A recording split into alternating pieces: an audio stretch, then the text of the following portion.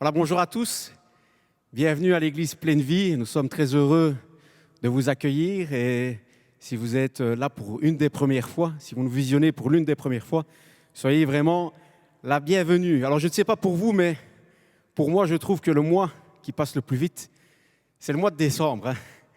En aurait temps, il a filé et c'est vrai que nous espérons très vite arriver en 2021 cette année, sortir de cette période pour progressivement reprendre un cours de vie normal et reprendre goût aux différents loisirs. Alors pour certains, ça peut être retourner voir une équipe de foot à Sclessin. Pour d'autres, ça peut être les restos. Pour d'autres, ça peut être une séance cinéma en famille. Et pour d'autres, ça peut être simplement les voyages, reprendre les vacances à l'étranger. Et moi, je fais plutôt partie de ceux-là. Et souvent, avec mon épouse, on en parle.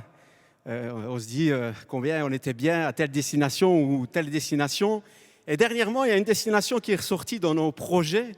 On se disait ce serait bien d'aller voir un peu du côté du Québec. C'est un voyage qui nous intrigue et qui nous ferait plaisir. Et donc, je suis allé voir un peu qu'est-ce qu'il y avait à voir du côté du Québec. Et 10 endroits à visiter au Québec. Alors, c'est très beau, c'est magnifique. Je vais vous poster deux images, deux photos. Je vais vous montrer deux photos. Vous allez voir, ça fait vraiment rêver. Quelle belle verdure. C'est magnifique, ça donne vraiment envie. Mais la face cachée du Québec, c'est l'hiver, qui n'est pas vraiment le même que le nôtre. Il peut durer jusqu'à 8 mois dans certaines régions, et avec des températures qui descendent jusqu'à moins 15 degrés. Donc, du coup, ça fait réfléchir.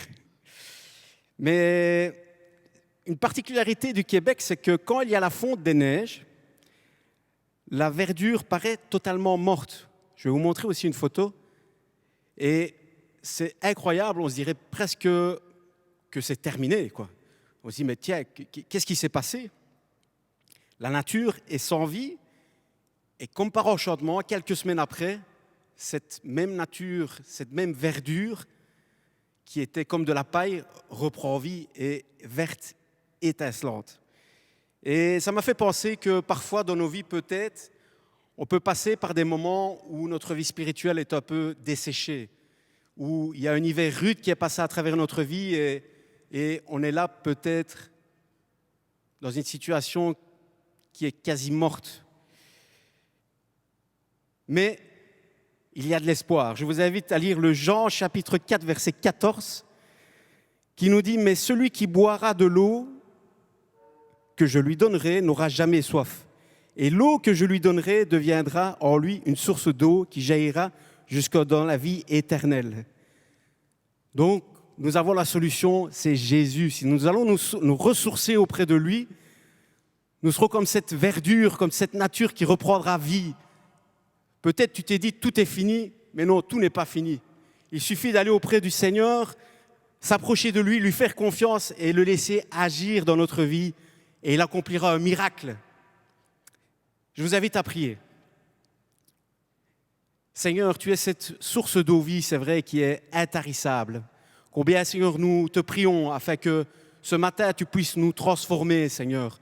Que tu puisses venir agir, Seigneur, nous remplir de toi, Seigneur, nous remplir de ton esprit et que tu puisses vraiment ressusciter, Seigneur, nos vies, Seigneur. Merci d'agir, Seigneur, en nous et que toute la gloire te revienne. Nous te louons, nous te remercions, Seigneur. Nous te rendons gloire, Seigneur, pour le miracle que tu as accompli dans nos vies ce matin, Seigneur. Tu es grand, tu es un Dieu puissant, Seigneur. Nous élevons nos voix vers toi, Seigneur. À toi toute la gloire. Amen. Soyez bénis et bon culte.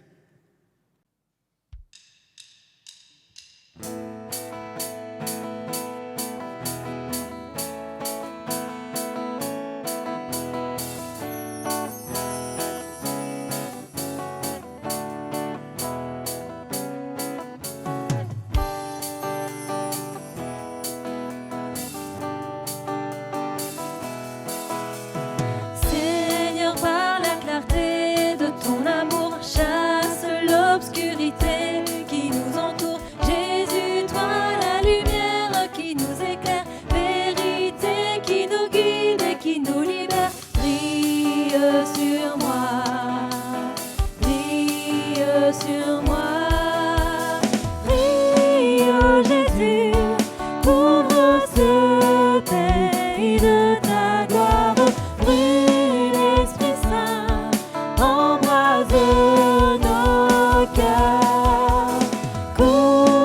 Coulant torrent de ta grâce, remplis les nations. Parle, Seigneur, que ta lumière soit.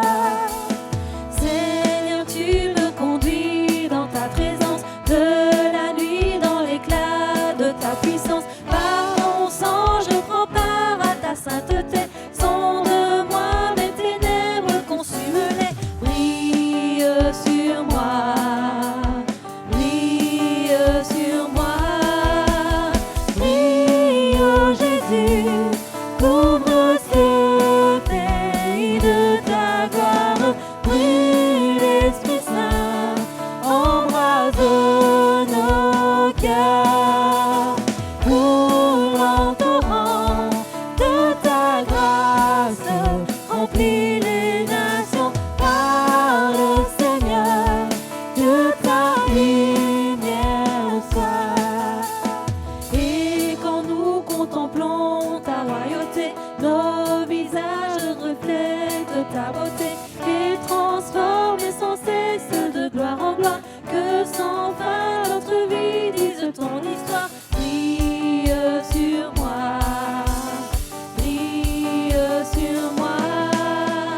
Brille, oh Jésus, couvre ce pays de ta gloire.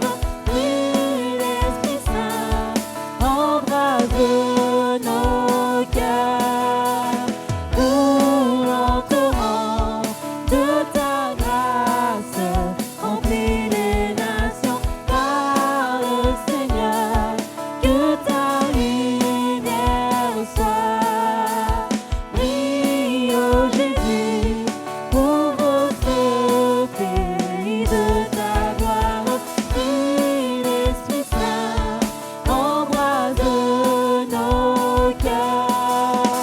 Coulant torrent de ta grâce, remplis les nations. Parle, Seigneur, que ta lumière soit.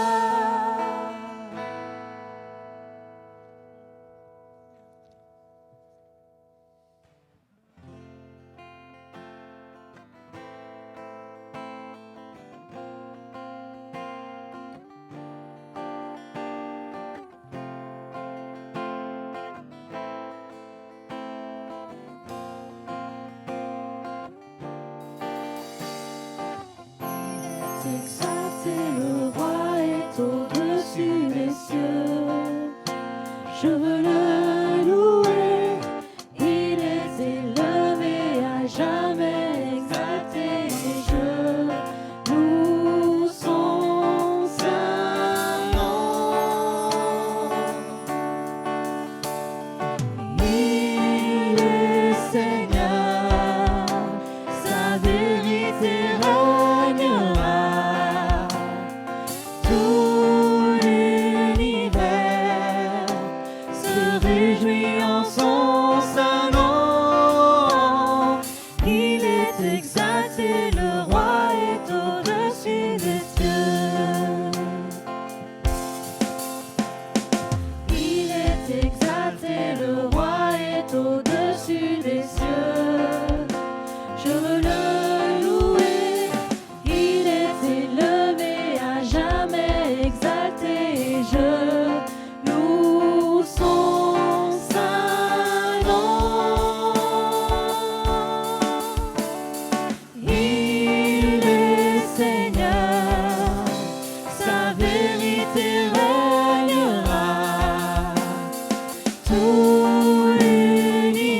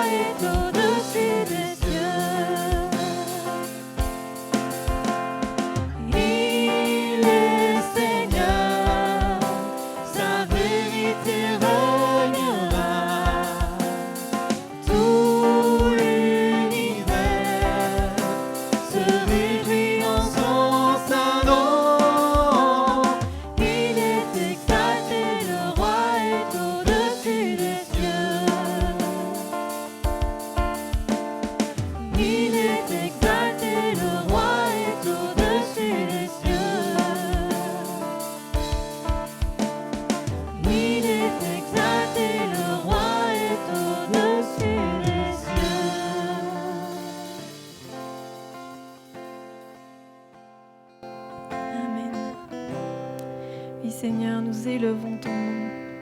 Nous voulons te louer, t'adorer, t'exalter comme tu en es digne, Seigneur.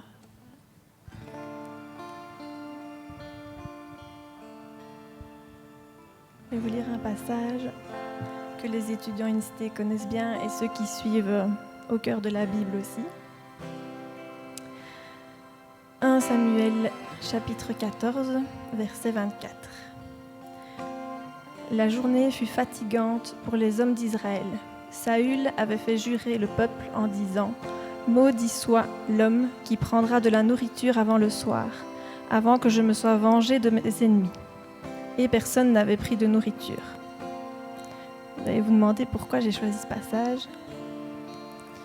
En réfléchissant un peu à ce passage et à travers l'étude que nous en faisons, on a dit que Saül avait utilisé quelque chose qui était réservé à Dieu, le jeûne, qui était réservé à notre culte à Dieu, le jeûne, pour le transformer et l'utiliser pour lui-même, pour arriver à ses fins à lui, d'homme, à ses fins d'homme de chair. Il voulait servir ses propres intérêts en utilisant quelque chose qui était réservé au culte à Dieu. Je me suis posé la question, et moi, est-ce que je fais des choses de ce genre? Et c'est vrai que Saül a imposé des choses à son peuple parce qu'il avait le pouvoir, il était roi, donc. Mais moi, dans ma vie personnelle, qu'est-ce que je fais? Et je me suis rendu compte que peut-être que je le faisais aussi, en fait. Et que peut-être que nous le faisons tous d'une certaine façon, à travers la prière. La prière qui est elle aussi réservée à Dieu, à notre culte à Dieu. Et je me suis rendu compte que combien de fois j'avais pu demander des choses à Dieu pour moi, pour moi-même, pour mon confort personnel, pour mes objectifs, pour mes envies. Notamment, j'ai demandé à Dieu d'avoir un nouveau travail. J'en ai témoigné plusieurs fois. Et les choses ont changé quand j'ai arrêté de demander les choses pour moi, mais quand j'ai demandé à Dieu de se glorifier à travers la situation que je vivais. Et ici, j'ai changé de travail, ça se passe très bien. Mais tous les matins, quand je partais travailler, je priais, je remettais ma journée dans les mains de Dieu et je lui demandais d'être performante. Je lui demandais de renouveler mon intelligence, d'être réactive, d'être bien professionnelle, d'être productive. Et je me suis rendu compte qu'encore une fois, c'était égoïste, c'était pour paraître bien aux yeux des hommes. Et du coup, ça fait quelques semaines que j'ai changé ma manière de prier. Et je demande à Dieu encore de renouveler mon intelligence, de me permettre d'être performante, de bien travailler, mais non pas pour être remarquée des hommes. Ça, entre nous, je m'en fiche maintenant. Mais je me dis, si même les hommes ne voient pas ce qui est fait, que ça soit vu dans le monde spirituel. Et que le fait qu'un enfant de Dieu se confie en toi, Seigneur, dès le matin, et confie ses actions, son attitude, sa manière de parler, sa manière d'être simplement, qu'il se passe des choses dans le monde spirituel. Et en cogitant là-dessus, je sentais en moi un feu qui commence à brûler et qui me disait que j'étais dans le bon. Et du coup, je voudrais vous encourager chacun aussi à pouvoir demander les choses à Dieu, mais les demander pour qu'il puisse se glorifier dans vos vies, se glorifier à travers vous, se glorifier à travers vos vies, vos attitudes. Et si même ce n'est pas visible des yeux des hommes, on s'en fiche. Ce qui se passe dans le monde spirituel, c'est là l'important. Il est mis dans la parole de Dieu aussi, amassez-vous des trésors dans le ciel. Et des fois, j'imagine quand on est dans la prière ou dans la louange, qu'il y a des choses qui se passent dans le monde spirituel. Prenons conscience de ça. Le prochain chant, c'est « Je m'abandonne ». Et je voudrais qu'on puisse vraiment chanter ce chant en faisant attention aux paroles et en prenant une décision de nous abandonner à Dieu, d'abandonner nos attitudes, abandonner nos actions, nos pensées, tout notre être, et qu'il puisse vraiment grandir en nous, que nous puissions le connaître davantage, que nous puissions être façonnés dans notre caractère, et que Dieu se glorifie aux yeux des hommes, peut-être, pas forcément, mais dans le monde spirituel, la gloire est éclatante. Amen.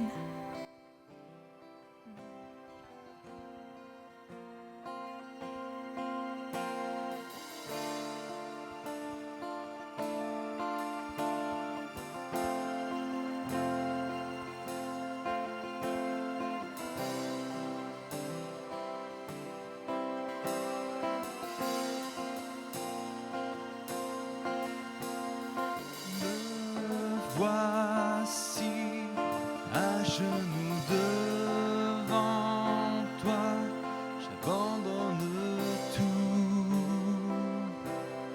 j'abandonne tout.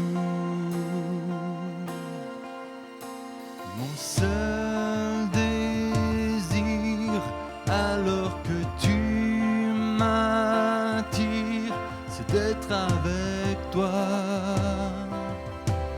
C'est d'être avec toi. Je m'abandonne par ta grâce. Viens inonder mon âme. J'ai besoin de toi. J'ai besoin de toi. Mes bras ouverts, tu entends ma prière. Parle à mon cœur, parle à mon cœur. Je m'abandonne, je m'abandonne. Je veux te connaître plus, je veux te connaître plus. Je m'abandonne, je m'abandonne. Je veux te connaître plus, je veux te connaître plus.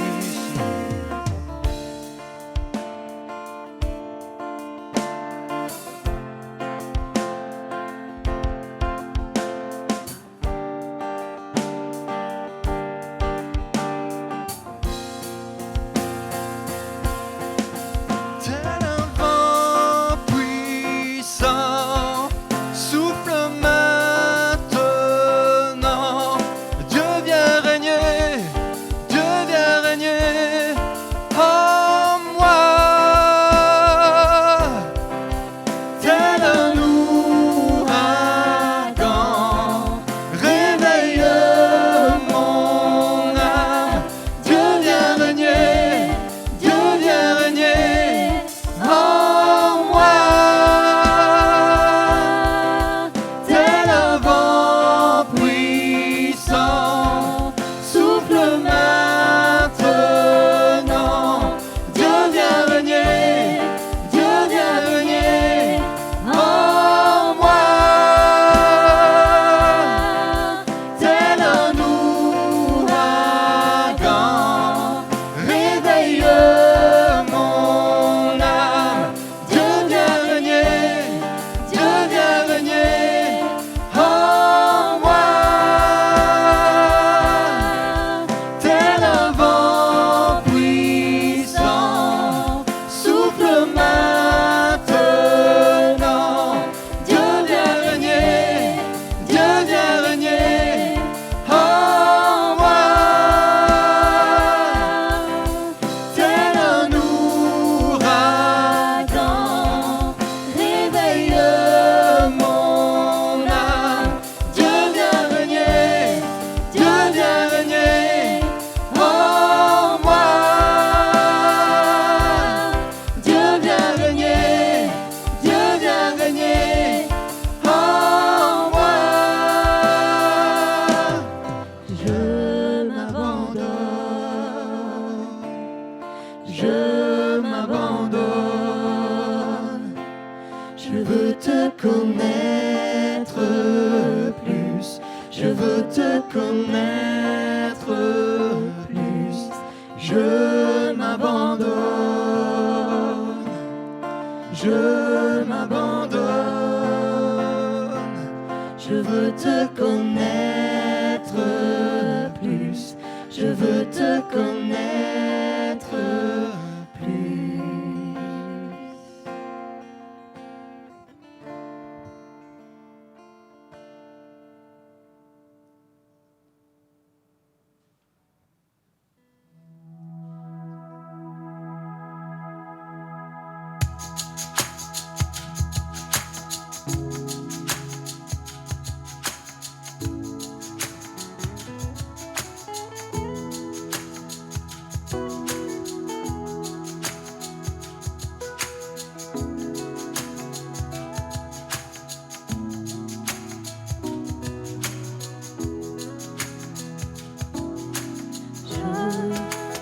donne mon cœur. Il ne m'appartient plus. Ce que j'ai de meilleur, tout est pour toi, Jésus. Je te donne mon cœur. Je te donne mon cœur. Il ne m'appartient plus. Ce que j'ai de meilleur. Ce que j'ai de meilleur. Tout est pour toi, Jésus. Je te donne mon cœur. Je te donne mon cœur. Il ne m'appartient plus. Ce que j'ai de meilleur. Tout est pour toi, Jésus. Un parfum de valeur. Un parfum de valeur. Sur toi est répandu.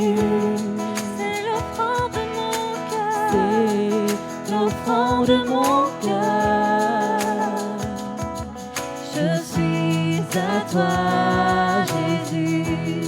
Un parfum de valeur. Un parfum de valeur. Sur toi est répandu. C'est l'offrande de mon cœur. Je suis à toi. Je suis à toi, Jésus. Prends mon âme, prends mon cœur. Je te donne tout. Prends ma vie, me voici. Je te donne tout. Mon cœur est à toi. Mon cœur est à toi. Tout à toi.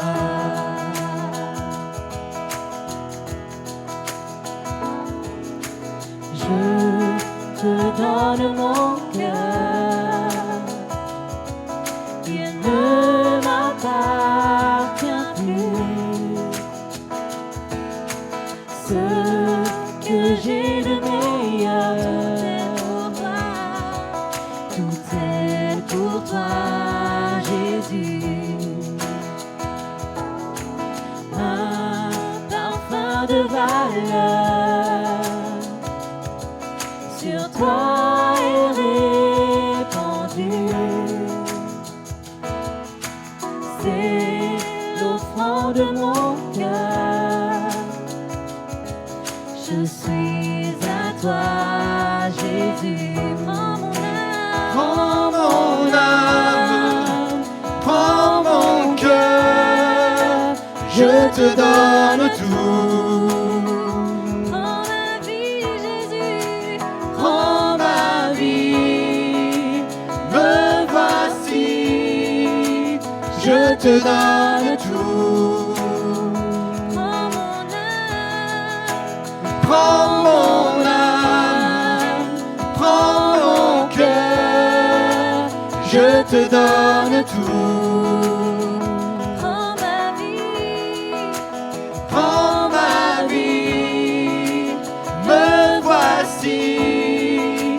Je te donne tout.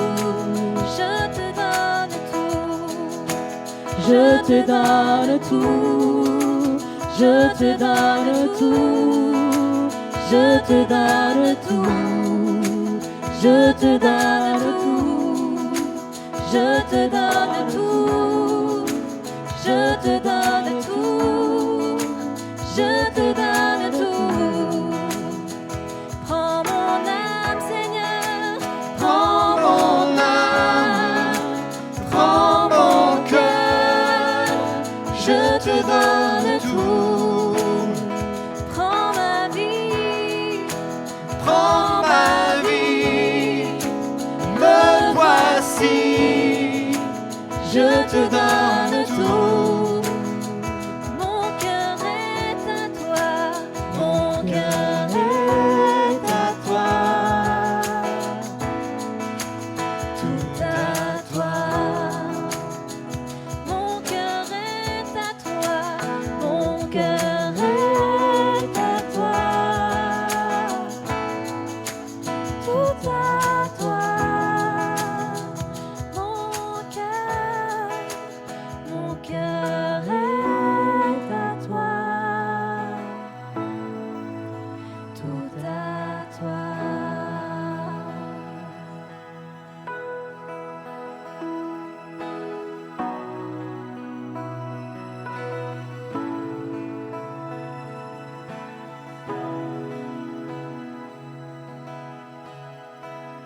Mon cœur est à toi, Seigneur. Je dépose tout à tes pieds, Seigneur. Mes soucis, mes craintes, ce que je suis, Seigneur, tout ce que tu m'as donné, tout ce qui fait que je suis qui je suis. Je dépose tout à tes pieds, Seigneur. Viens te révéler en moi, viens te révéler à travers moi. Seigneur, je te donne tout.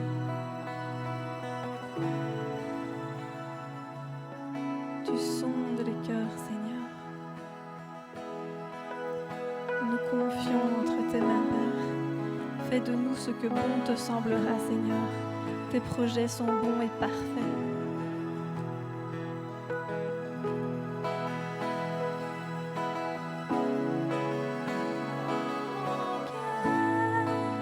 Je te donne tout. Prends mon âme, prends mon cœur, Je te donne tout. prends ma vie, me voici. Je te donne tout. Prends mon âme, prends mon cœur, Je te donne tout. Jésus. Prends ma vie, me voici. Je te donne tout. Mon Cœur cœur est à toi. Tout à toi. Mon cœur est à toi. Tout à toi.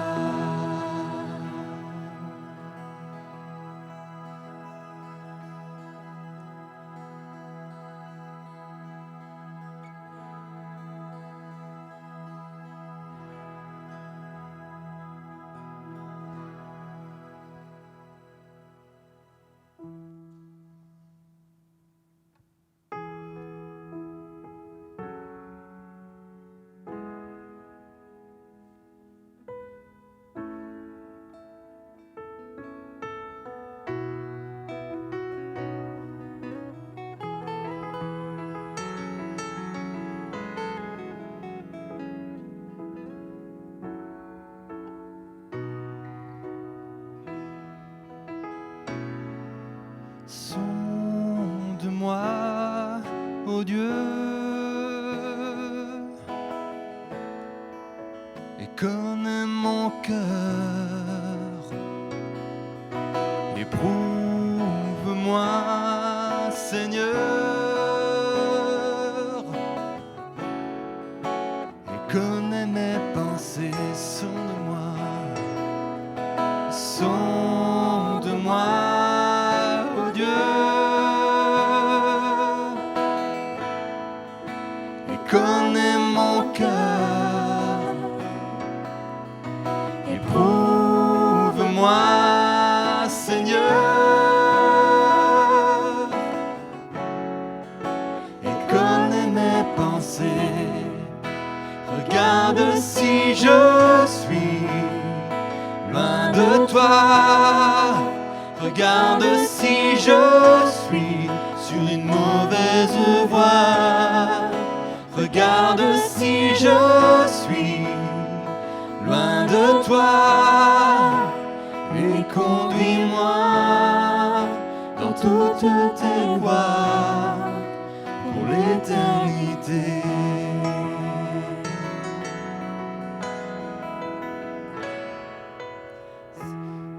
De moi, ô Dieu,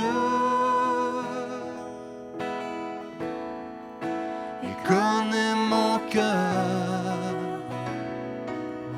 Éprouve-moi, Seigneur,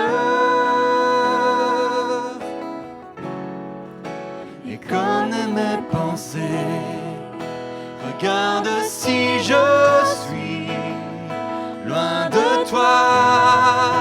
Regarde si je suis sur une mauvaise voie. Regarde si je suis loin de toi et conduis-moi, conduis-moi. Regarde si je suis loin de toi. Regarde si je suis sur une mauvaise voie. Regarde si je suis loin de toi et conduis-moi dans toutes tes voies pour l'éternité. Et conduis-moi dans toutes tes voies pour l'éternité.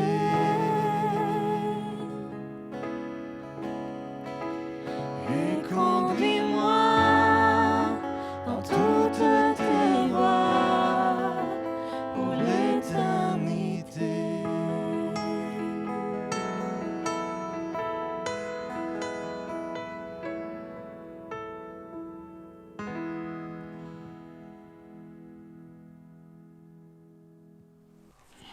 Bonjour à tous, bien-aimés, chers amis.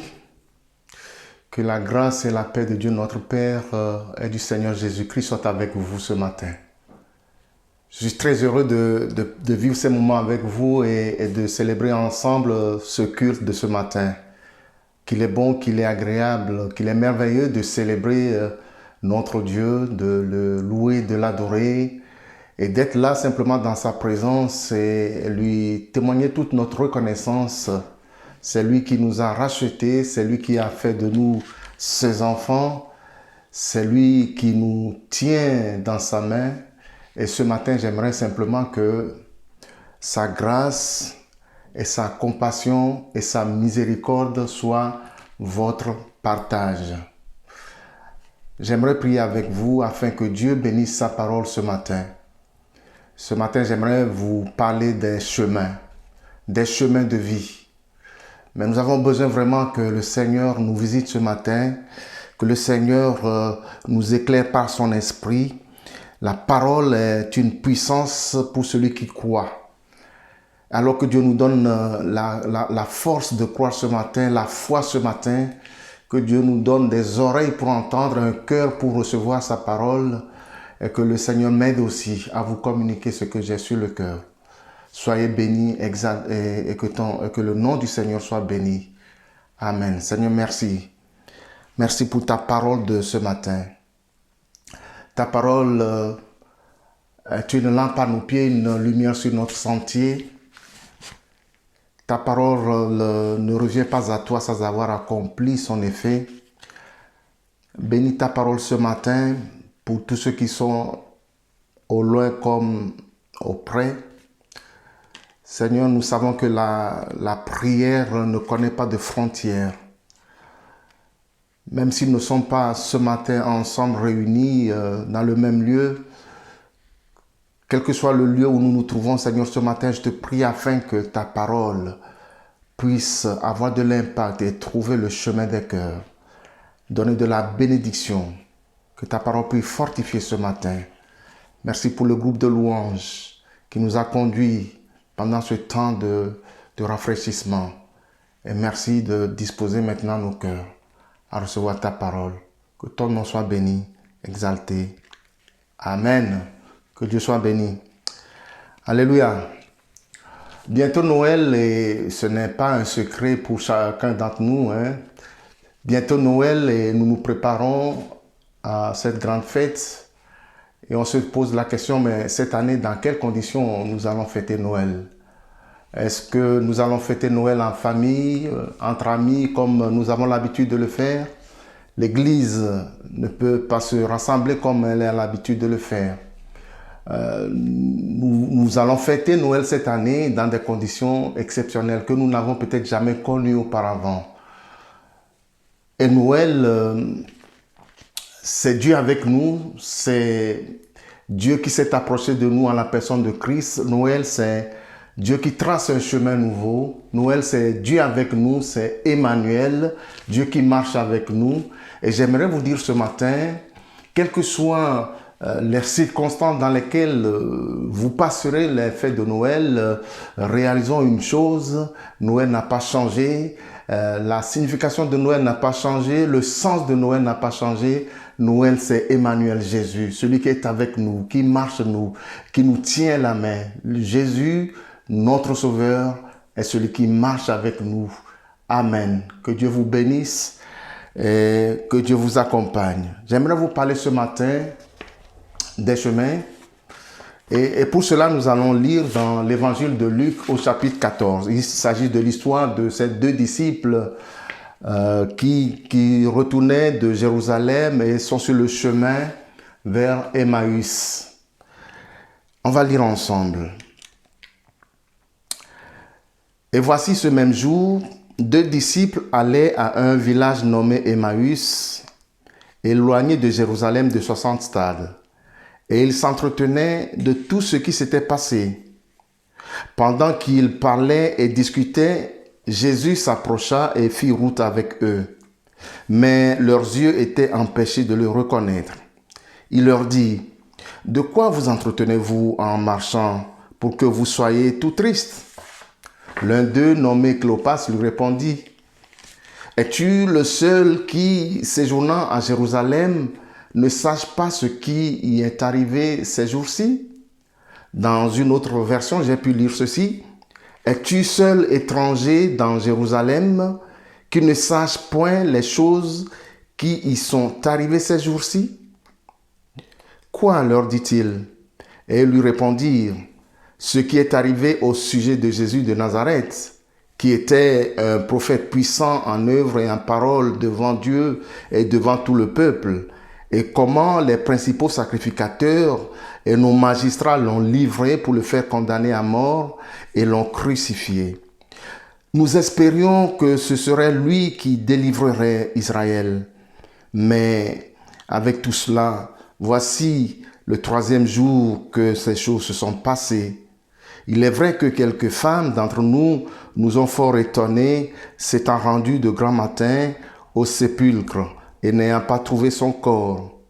Elles sont venues dire que des anges leur sont apparus et ont annoncé qu'il est vivant.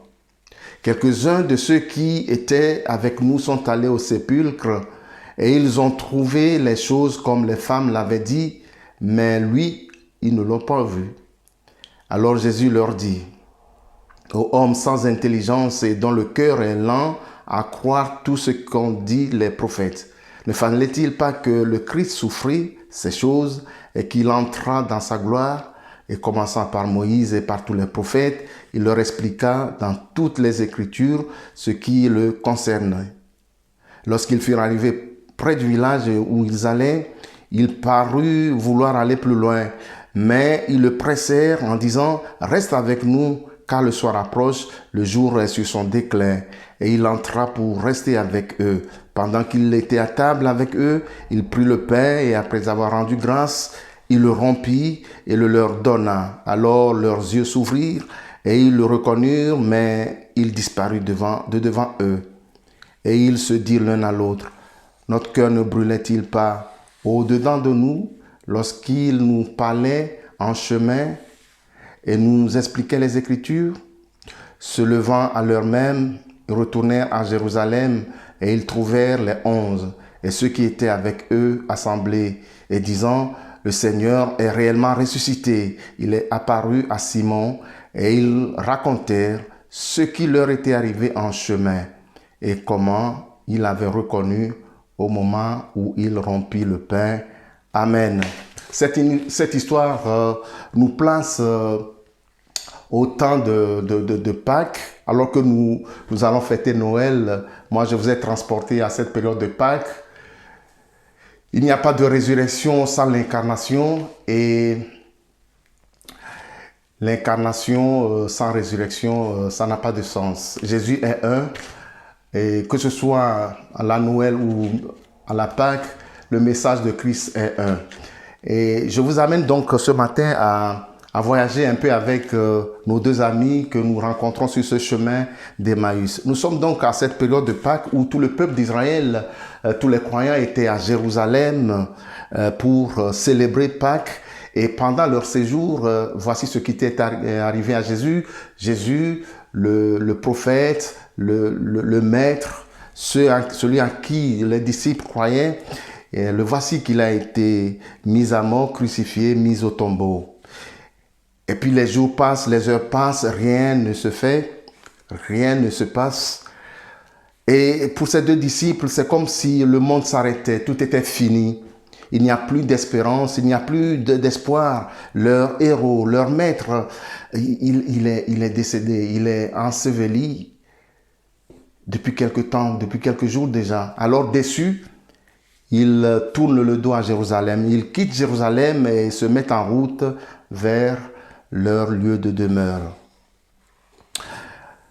Ils ont tourné le dos à Jérusalem, mais ce qu'ils ne réalisaient pas à ce moment-là, c'est qu'en ce moment, justement, dans l'histoire de l'humanité ou de l'histoire avec grand H, c'est un événement particulier qui va se produire. C'est un événement déterminé depuis l'éternité par Dieu le Père. C'était le temps de la résurrection. C'est Jésus qui va ressusciter. Et je crois, j'imaginais, en lisant ce texte, j'imaginais que dans le ciel, toutes les armées célestes s'étaient préparées à ce moment particulier. Les anges, les archanges étaient là, préparés. Ils avaient le regard fixé sur Jérusalem, sur le tombeau. Ils attendaient le temps, le moment, le temps défini par Dieu le Père pour voir le Fils de Dieu ressusciter d'entre les morts. Ils étaient là, toutes les armées, que ce soit dans les cieux, sur la terre, partout. Et c'est comme si le ciel, j'imaginais, c'est comme si le ciel s'était arrêté en ce moment. Ils étaient en haleine, ils attendaient ce moment particulier où le Fils de Dieu va ressusciter. Va-t-il ressusciter? Ne va-t-il pas ressusciter? Et puis voici qu'à un moment donné, il a ressuscité, il ressuscite le Fils de Dieu. Et je crois que dans le ciel, les anges avec leurs trompettes vont sonner et louer, adorer. Oui, il est ressuscité, le Fils de Dieu est ressuscité. La mort n'a pas pu le retenir, il est vivant. Et alors que tout cela devait se passer à Jérusalem, voici que nos deux disciples ont tourné le dos à Jérusalem pour prendre le chemin de Emmaüs, de leur demeure. Je me suis dit, si j'avais été à leur place en ce moment-là, peut-être que j'aurais eu l'idée de prendre une pierre et je serais allé auprès du tombeau et j'aurais pris place auprès du tombeau, j'aurais attendu jusqu'au moment où Jésus va ressusciter, où je vais être témoin de ce moment de résurrection. Mais je n'étais pas de cette époque et quand bien même je serais de cette époque, je crois que j'aurais agi exactement comme les autres. Ils avaient l'opportunité d'être des témoins vivants d'un événement particulier, mais ils n'ont pas pu être ce témoin-là. Et la Bible nous dit qu'ils ont pris le chemin de Emmaüs, ils ont tourné le dos à Jérusalem, le lieu où le miracle de Dieu devait avoir lieu. Et voici qu'ils sont sur le chemin, et sur ce chemin, ils étaient gagnés de tristesse, ils étaient dépités, déçus. J'imagine que ils avançaient, le pas était lourd, c'est difficile. Ils croyaient en Jésus et voici que Jésus, il est mort, leur héros est mort et c'est comme si tout était fini. Et à travers leur histoire, je crois que les deux disciples nous représentent aussi, en quelque sorte. C'est notre histoire aussi. C'est nos chemins de vie aussi. Il nous arrive de prendre des chemins de vie à cause des circonstances que nous traversons dans la vie. Ça peut être la déception, ça peut être la tristesse. Et alors, j'ai intitulé cela des chemins de vie. Voilà, les chemins de vie. Et qu'est-ce que nous trouvons sur ces chemins de vie? À travers ces deux disciples, l'histoire de ces deux disciples. Premièrement, je trouve la tristesse, le chemin de tristesse. Ils ont pris un chemin de tristesse. La Bible nous dit, lorsque Jésus s'est approché d'eux au verset 17, « De quoi vous entretenez-vous en marchant pour que vous soyez tout tristes ?» Ils marchaient et ils étaient tristes parce que ils pensaient à ce qui venait de se passer, l'échec. Pour eux, c'est l'échec. Jérusalem, c'est l'échec. Ils étaient tout tristes parce que ils ressassaient le passé. Pour eux, Jésus, c'est l'histoire du passé. Voilà, Jésus fait partie désormais du passé. D'ailleurs, au verset 19, ils diront ceci. Mais tu n'es pas au courant, je paraphrase, de ce qui est arrivé au sujet de Jésus de Nazareth, qui était un prophète. Pour eux, ils conjuguaient déjà Jésus au passé. Pour eux, Jésus, c'est de l'histoire passée enterrée. Alors que le Seigneur est ressuscité, il est le Dieu du vivant, du présent, pardon. Il est le Dieu vivant, il est le Dieu du présent. Il était avec eux et eux, ils le conjuguent au passé. Ils étaient comme transportés par leur passé, leur échec du passé.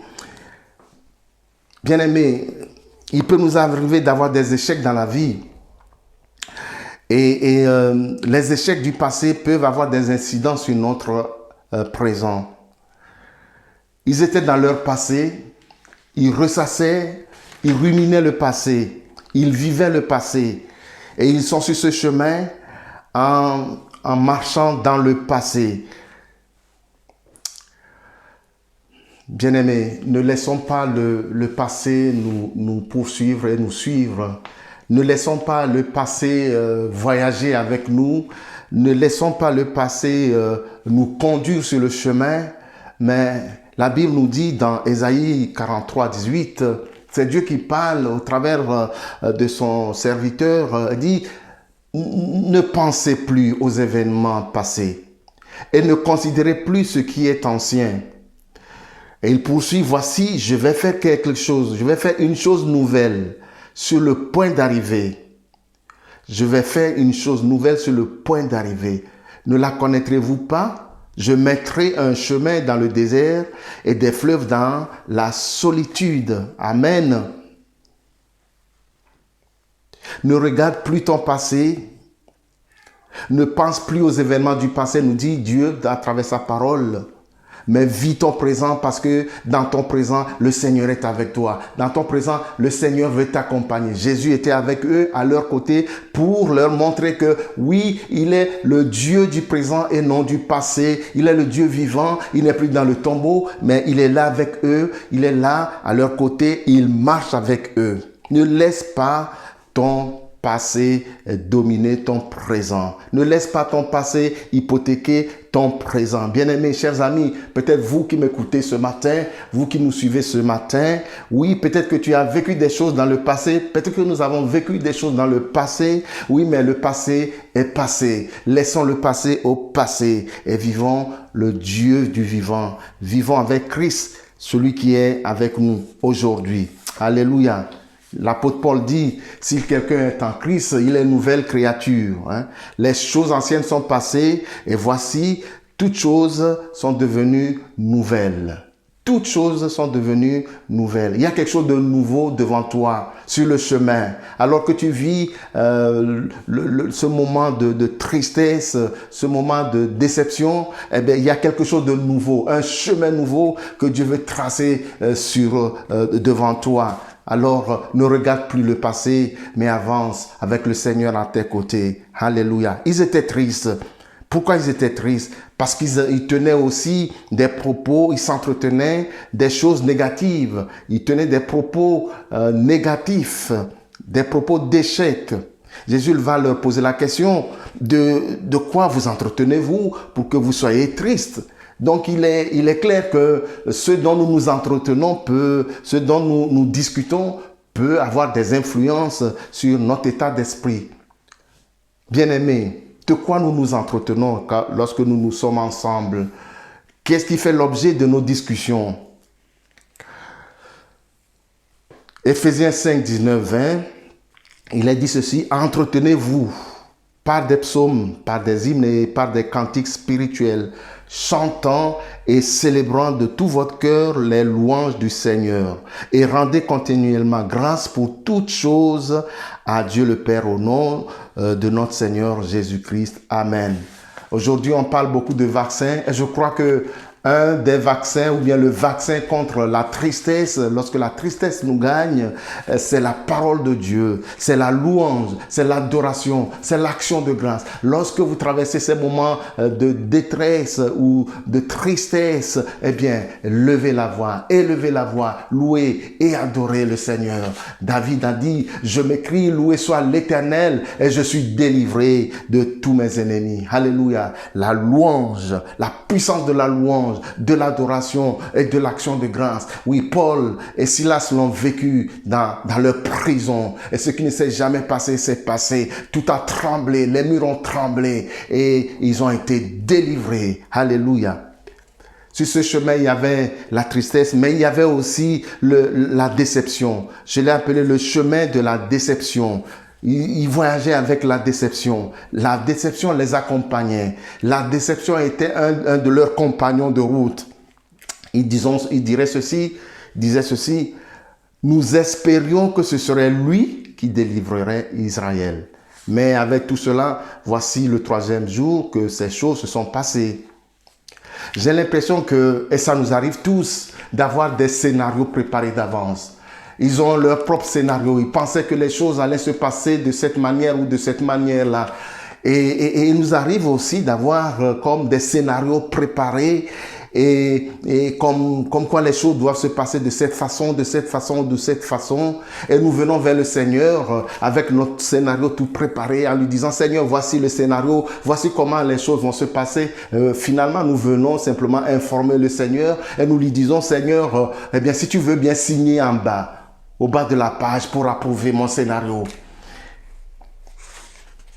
Mais Dieu nous dit, Ésaïe 55, 8, 9, car mes pensées ne sont pas vos pensées, et vos voix ne sont pas mes voix. Autant les cieux sont élevés au-dessus de la terre, autant mes pensées, mes voix sont élevées au-dessus de vos voix, et mes pensées au-dessus de vos pensées. Amen. Nos pensées ne sont pas les pensées de Dieu et les voix de Dieu ne sont pas nos voix. Autant les cieux sont élevés au-dessus de nos têtes, de la terre, autant les cieux sont élevés au-dessus de nous, autant les pensées, les voix de Dieu nous dépassent. Elles sont insondables, nous ne pouvons pas les comprendre. Bien-aimés, il n'y a qu'un seul maître de scénario. Il n'y a qu'un seul souverain, c'est Dieu, lui seul, qui est le maître scénario, qui coordonne, qui peut dessiner le scénario, qui peut dessiner et fabriquer, construire le scénario du début jusqu'à la fin, parce qu'il est le seul souverain, le seul maître. La Bible nous dit dans Romains 8, 28 que toute chose, nous savons que toute chose concourt au bien de ceux qui aiment Dieu et de ceux qui sont appelés selon son dessein. S'il y a des situations que nous ne comprenons pas, le plus important, ce n'est pas de comprendre, c'est d'accepter la volonté de Dieu. C'est de réaliser que Dieu fera concourir toutes choses pour le bien de ceux qui l'aiment. Mais je me suis posé la question aussi de savoir, ces disciples, quel type de disciples étaient-ils? Comment est-ce qu'ils n'ont pas su reconnaître le maître qu'ils ont suivi pendant longtemps? Étaient-ils des disciples qui le suivaient de loin, de près, Quel type de disciples était-il? Et peut-être nous aussi, nous pouvons nous poser la question, mais quel type de chrétiens sommes-nous? Des disciples, des chrétiens de vue ou du cœur? Je crois qu'il y a des disciples, des chrétiens de vue, c'est-à-dire qui sont frappés par tout ce qui touche à la vue. Il y a des chrétiens qui, peut-être que ces disciples-là, ils suivaient le Seigneur parce que ils voyaient les miracles qu'il faisait, ils voyaient les prodiges qu'il faisait. C'est un homme de puissance, alors ils le suivaient. Et leur cœur n'était pas préparé, n'était pas prêt à comprendre, à assimiler, à accepter ce que le Seigneur leur communiquait concernant son ministère et la raison pour laquelle il était avec eux. Il y a des personnes qui sont attirées par des miracles. Un jour, ils entendent dire qu'il y a des miracles à gauche, alors ils vont à gauche. L'autre jour, ils entendent qu'il y a des miracles à droite, ils vont à droite. Ils ne sont pas stables. Bien-aimés, ce que nous devons chercher, ce n'est pas les miracles. C'est l'auteur des miracles.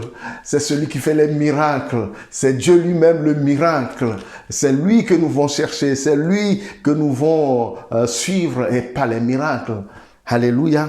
Alors, quel type de chrétien es-tu? Un chrétien qui court derrière les miracles ou un chrétien qui court dans la présence de Dieu? Leur cœur était voilé, était fermé, était lent. Jésus va leur dire, aux hommes sans intelligence et dont le cœur est lent à croire tout ce qu'ont dit les prophètes. Leur cœur était fermé à la parole. La parole n'avait pas eu un impact. Ils n'ont pas eu la révélation de la parole dans leur cœur. Ils entendaient seulement des oreilles, mais le cœur n'était pas.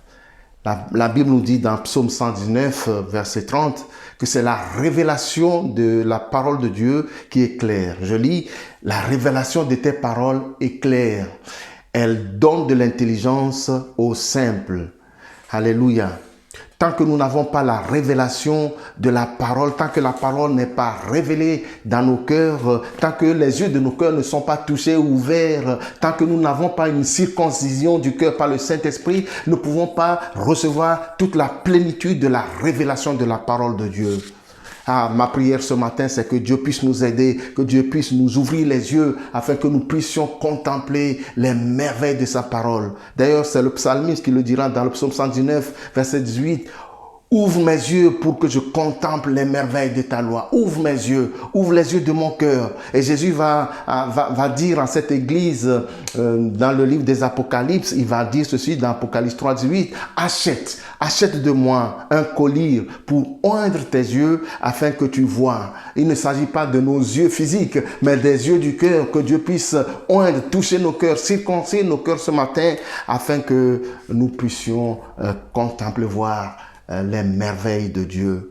Ne pas être impressionné par tout ce qui frappe à la vue, mais voir plus profondément les oracles de Dieu, les profondeurs, sonder les profondeurs de Dieu. Et puis je pense que sur ce chemin, il y avait aussi un peu de mépris. Je l'ai appelé le chemin du mépris. Pourquoi est-ce que j'ai dit chemin du mépris? Écoutez ce qu'ils ont dit à propos de Jésus. Dans une autre version, il a dit ceci. Es-tu seul étranger? Es-tu seul étranger dans Jérusalem qui ne sache point les choses qui sont arrivées ces jours-ci? Ils ont pris Jésus pour étranger. Pour eux, Jésus était un étranger. Et quand on entend le mot étranger, il y a le mot étrange qui résonne. Étrange, c'est-à-dire quelque chose qui est, ou quelqu'un qui est différent, qui n'est pas comme nous sommes. Et étranger, ça veut dire qu'on met une distance. Il y a une distance entre l'autre et moi et l'autre. Celui qui est à mes côtés, il y a une distance. C'est comme nous ne sommes pas les mêmes, nous ne pouvons pas être ensemble. Bien-aimés, comment voyons-nous les personnes qui sont à côté de nous? Comment voyons-nous lorsque nous sommes avec les autres? Quel regard portons-nous sur les autres? Est-ce que nous les regardons avec un regard méprisant, hautain, ou avec de l'indifférence, Ou mettons-nous de la distance? Christ était avec eux, le ressuscité était avec eux, mais ils ne pouvaient pas le voir parce que dans leur tête, eh bien, ils le prenaient déjà pour un étranger. Et il peut nous arriver que le Seigneur est à nos côtés, il marche avec nous et nous ne le voyons pas. Et peut-être que le Seigneur veut se manifester d'une manière ou d'une autre et nous ne le voyons pas. Quand je méditais ce texte il y a quelque temps d'ici, je me suis posé la question, Seigneur, aujourd'hui, si tu devais venir au milieu de nous de manière physique, est-ce que je pourrais te reconnaître? Je me suis posé cette question. Je me suis rappelé, ça c'est un petit témoignage que je voulais partager avec vous, tout simplement. Vous savez, dans notre communauté, dans l'église, il y a cette sœur qui a rejoint maintenant le Seigneur, qui se mettait à l'arrière, qui se levait 2 ou 3 fois pendant le culte, pendant nos réunions. Et pendant que je discutais avec le Seigneur, j'avais ce moment avec le Seigneur, je voyais que ce visage s'imprimait devant moi. Je n'arrivais pas à comprendre, mais ce visage s'imprimait devant moi. Je voyais ce visage de cette sœur qui est partie rejoindre le Seigneur. Et c'est comme si le Seigneur me disait, mais j'étais parmi vous. J'étais dans le regard, dans le visage de cette personne, mais tu ne m'as pas reconnu. Tu ne m'as pas reconnu. Tu as mis de la distance entre elle et toi, entre toi et elle. Est-ce qu'il t'est arrivé une fois vraiment la tenir dans tes bras, de l'embrasser, et de lui montrer ton affection, ton amour? Est-ce qu'il t'est arrivé une fois de l'inviter à ta table, une seule fois? Ou bien même de l'inviter à venir, de la prendre un dimanche après-midi, un jour, à faire un tour avec elle, pour lui montrer ton affection. Pourtant, elle avait eu part à la même grâce que toi. Tu avais part à la même grâce qu'elle, mais tu ne l'as pas aimée. Tu ne l'as pas aimée. Tu avais mis de la distance. Et là, je me suis effondré en larmes. J'ai pleuré. J'ai demandé pardon au Seigneur. J'ai dit, Seigneur, c'est vrai. Je l'avoue, c'est vrai. J'avais mis de la distance. Parce que peut-être, voilà, je la prenais pour quelqu'un d'étranger. J'ai pleuré, j'ai demandé pardon au Seigneur. Et puis Dieu m'a fait voir aussi un visage, un autre visage. Et cette sœur, je ne vais pas donner de nom, ce couple, c'est un couple. Et ce couple, et cette sœur qui s'est occupée d'elle, qui la prenait dans sa voiture. C'est extraordinaire comme scène, c'est extraordinaire. Et j'ai réalisé, j'ai compris combien il est important d'aimer les personnes qui sont autour de nous, de ne pas les juger par leur apparence. J'ai demandé pardon au Seigneur. Peut-être que ça peut être votre cas aussi. Il n'est jamais trop tard pour demander pardon au Seigneur. Alléluia. La Bible nous dit que pendant qu'ils parlaient et discutaient, Jésus s'est approché d'eux et a fait route avec eux. Jésus ne les a pas laissés abandonner seuls sur le chemin, mais Jésus s'est approché d'eux. Jésus a pris le temps de les écouter, de quoi ils parlaient. Jésus a marché avec eux, Jésus les a fortifiés, Jésus les a encouragés et Jésus leur a donné une force nouvelle.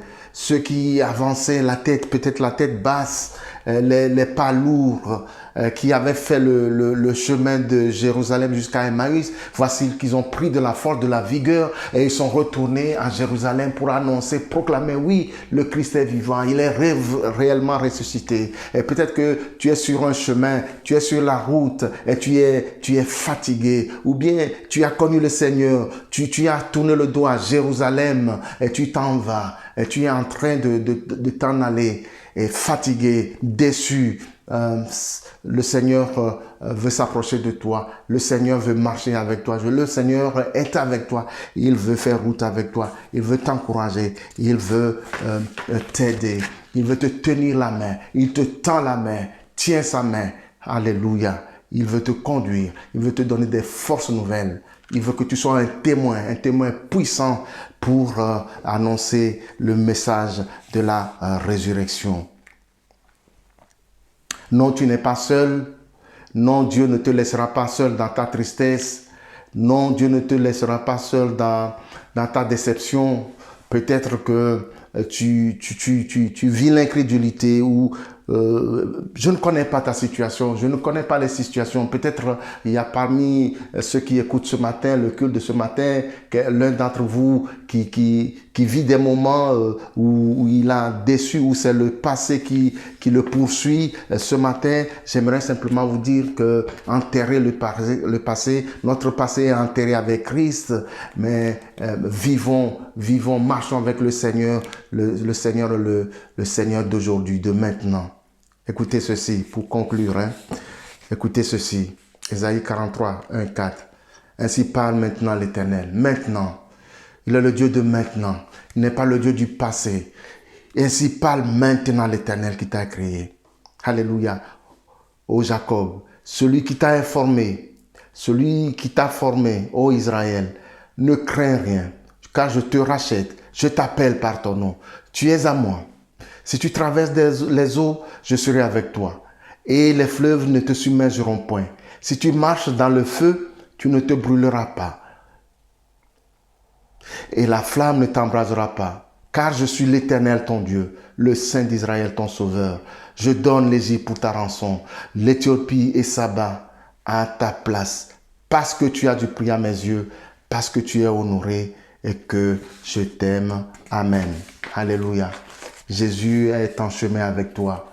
Sur ton chemin, sur nos chemins de vie, le Seigneur est avec nous. Il marche avec nous. Que Dieu vous bénisse, que Dieu vous fortifie. Nous ne sommes pas seuls, mais le Seigneur est avec nous. Emmanuel est avec nous, Dieu est avec nous.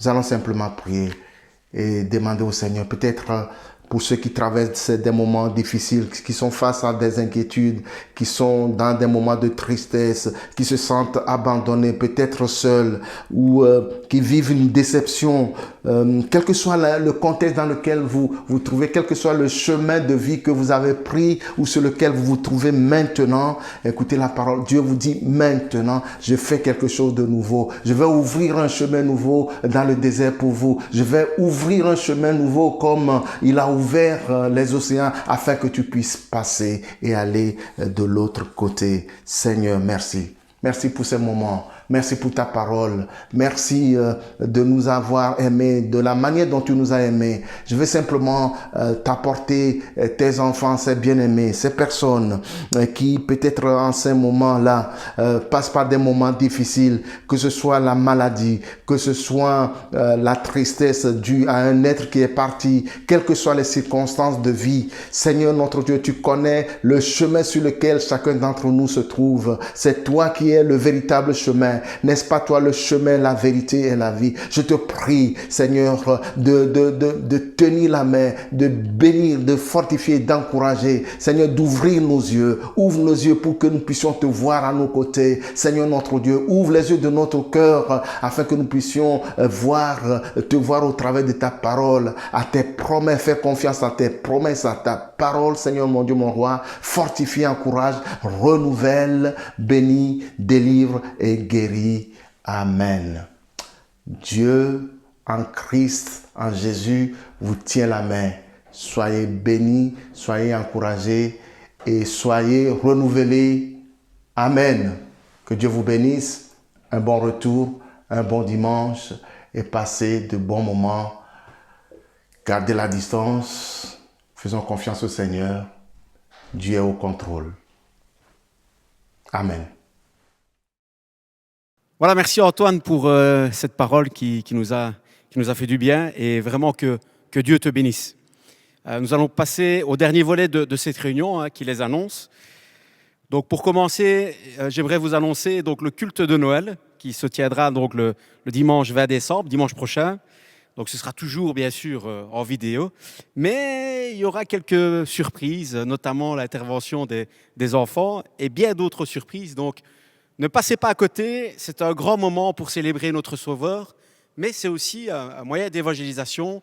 Donc n'hésitez pas aussi à partager cette vidéo à votre entourage, à des amis qui pourront aussi voir vos enfants intervenir lors de ce culte. Donc il y a aussi la distribution des colis alimentaires qui ont lieu chaque dimanche à 13h.